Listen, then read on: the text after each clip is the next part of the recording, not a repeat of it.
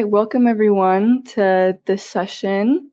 This session is GraphRAG for supply chain resilience, building an AI supplier discovery engine.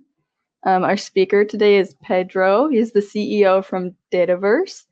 And so without further ado, I will pass it on to him. Thank you.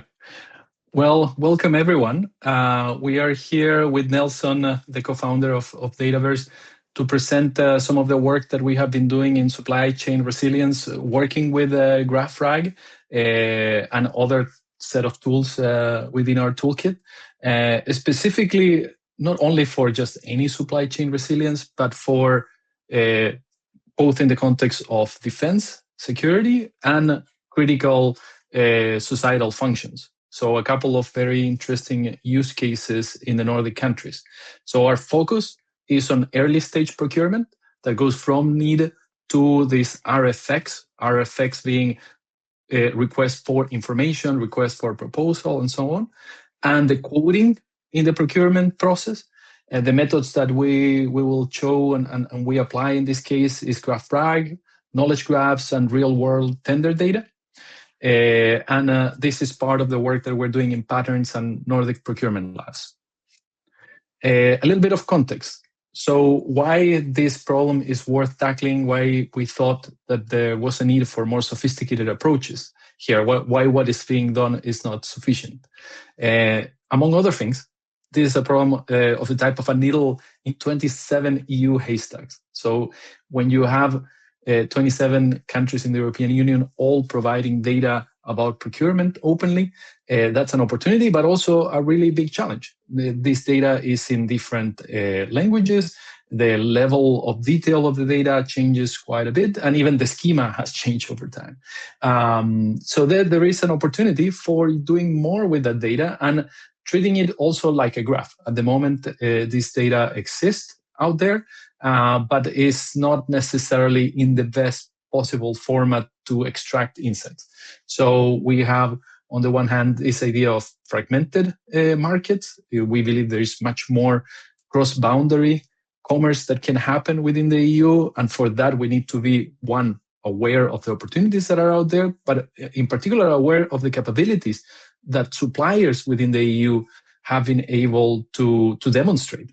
And then the data is scattered, as I said, like there are many different sources of data. Luckily in the EU, we have EU TED portal, but we can enrich that data from multiple different sources. So that is one of the challenges and as well opportunities. The problem of manual discovery, like despite having this raw data on the back end available for everyone, that does not mean that discovery has been easy. Even AI systems, AI search engines, and the engines official from the EU are using fairly basic systems to look into these potential searches, and ultimately this leads to an innovation bottleneck. So there is this issue about how do we surface innovative SMEs and other companies that are maybe in a different country than the one that is getting the service, so that we strengthen supply chain resilience through these additional capabilities that show up within the data. And when you think about these early stages of procurement, there are many steps. For procurement professionals, they will say, well, usually this is a very complex environment, and I'm not sure how much you can do with the toolings that are out there because it just requires a very human-led process. But we have kind of parsed all these problems and identified very specific areas where we believe it is possible with a combination of data and graph analytics and graph technologies to provide additional value. So one is in the area of needs and market analysis, where you need to clarify the need and assess the supplier landscape and the capability landscape. Then there is the actual specification where AI and GraphRAG can enrich and better understand the specifications, potentially at least. There is the sourcing, the identification of the suppliers, and also all the market engagement and the outreach with agentic pipelines. Then there is the pre-qualification and validation, where again, you have a sort of knowledge graph that contains, for example, certifications. And there is the idea of receiving the bids, consolidating these, and evaluating. So there are multiple steps, and this is a simplification for sure. But when the rubber hits the road is when there is procurement in times of crisis. So this is an example where suddenly countries in the EU, and in particular Denmark, where I'm based, had to very quickly identify suppliers for these drones incidents, right? And there is where you realize time is of the essence, and identifying capabilities is not always obvious, because sometimes you need to be creative. So you cannot just use a standard keyword. You need to go beyond keywords. And why this is, I mean, I already anticipated a little bit of this, but why is this a graph problem and not just a search problem? One part is that relationships matter, and they matter a lot when it comes to supply chains. So it's not just this is similar to this in a very basic semantic search, but it's like, what are the specific relationships? What are the different degrees of separation between the entities? These are multi-tier dependencies in different time, different types of relationships. We need to make sure that we have provenance and explainability very clearly in the system. And this is a natural graph domain where you have different entities like suppliers, buyers, contract locations, certifications. And there is where I will tell you a little bit about our approach. I will show you in practice how the tools look like. There is the idea of how do we facilitate the description of the procurement need, then the identification of validated suppliers, and then the whole agentic pipeline to reach out, put together the quotes, and then come back with a consolidated set of answers. And from the point of view of the GraphRAG, the technology itself, first you have like a funnel where you start with hundreds of thousands of potential suppliers and even more nodes with evidences and specific things, where the graph allows you to cluster and navigate and transverse more effectively. All this, then there is the augmentation, where you need to connect this data with additional data, sometimes on demand, sometimes done in advance. And then there is the final step where you generate and you can apply more heavy reasoning models to pick up the set of results that is a much more manageable set of results to ultimately provide a review, for example, of the suppliers that is grounded on the data. We're going very fast here, but it's we don't have a lot of time, right? At the core of this is a knowledge graph of proven capabilities with these type of relationships. And I want to get right away into a couple of examples. So we have the Samsig pilot. It is a critical supply agency here in Denmark, where in very short period, we managed to create a pilot with them to analyze contracts that came essentially on tables, on CSVs, fairly messy data. Then we extract the suppliers, and then we managed to use that to identify capabilities within the country. And I will show you live the tool in a second. And the second example is where we scale this up to the whole Nordic level, where we consolidated more than 40,000 suppliers with validated public sector experience. And the good thing of this is that once you have this knowledge graph, you can go beyond just listing and describing. You can go into analytics of centrality and concentration, community detection, geographical analysis, pathfinding, etc. And now we will go direct into the demos.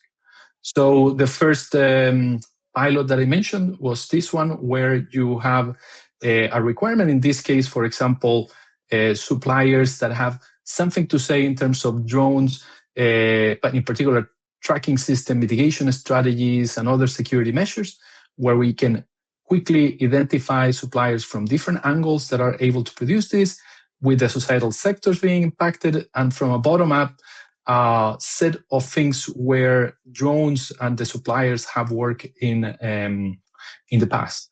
And this is connected to a geographical layer where the suppliers are, so you can identify, okay, in these areas of the country, we have more or less capabilities, so they can be more or less fragile. And you can also see this in the context of a network where each of these clusters is an angle where these drone-related technologies have been have been provided. Things related with these drone-related technologies, right? And here we have different examples of different types of searches. And this was documented in a white paper, so you can learn more about that after the call. And we expanded this afterwards to the Nordic level through Nordic Procurement Labs, where there is also this article where you can read more about it. The cool thing is the actual tool, where here we went one step beyond in terms of productivizing the tool. Here you can already now search in this more than 40,000 Nordic suppliers validated with very specific contracts. So for example, here you have the same very basic requirement, and you can identify from there the top suppliers with a specification of why the supplier is relevant, but you don't need to just trust us. The justification is within each of the contracts that they want. So these are specific contracts with their specific tenders that have lots, and in this lot, they sold this particular system to this particular agency and so on, right? And we even expanded this into a project related with defense technologies, where we use the same information to identify a number of information using the same graph. And we did a dashboard and all sorts of things. But what I wanted to get before we run out of time is also to show you the graph underneath. For example, if we pick up here let's do a product. Here, these are nodes, a sample of nodes from related to products. This one is about a cluster of concrete reinforcement and steel reinforcement bars. And then each of these is connected to a specific product. And then this product is connected with one or more contracts that were identified. In this case, several, and each of those contracts with specific providers and so on. So, and the contracts have a number of additional metadata. To simplify this view, because that's a lot to go through now, I have an example of one particular contract where you have the set of problems that the contract is tackling. In this case, it's an excavator for waste of management operations, where the specific product extracted was the excavator. This is the specific provider. This is the buyer. And so there is a whole information, and you can imagine that when you expand this graph at the level of the entire set, it is quite comprehensive. And so that it was like the very quick tour around this. If there are questions, please do send us information. I hope I didn't freeze. I saw like a note here, if did he freeze. And yeah, definitely contact us if you have any idea for collaboration, if you want to learn more about it. We are open for pilots as well. We have worked with governmental agencies and with large companies and with SMEs. And we are further developing this both with open tools, but also with tools embedded within more close environment because of different reasons, most of the time related with sensitive data. Yeah, so that was it. I hope it was relatively easy to follow. I know it was fast and a lot for to gather everything in one go, but yeah, you can always come back to me or Nelson with more questions.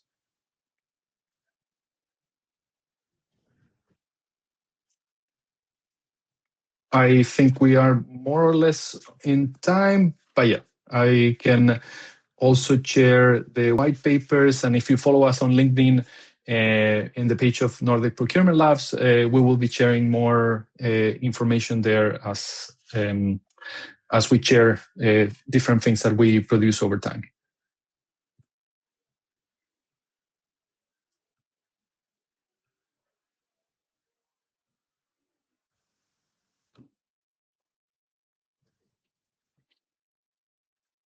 What kind of evaluation metrics are you using?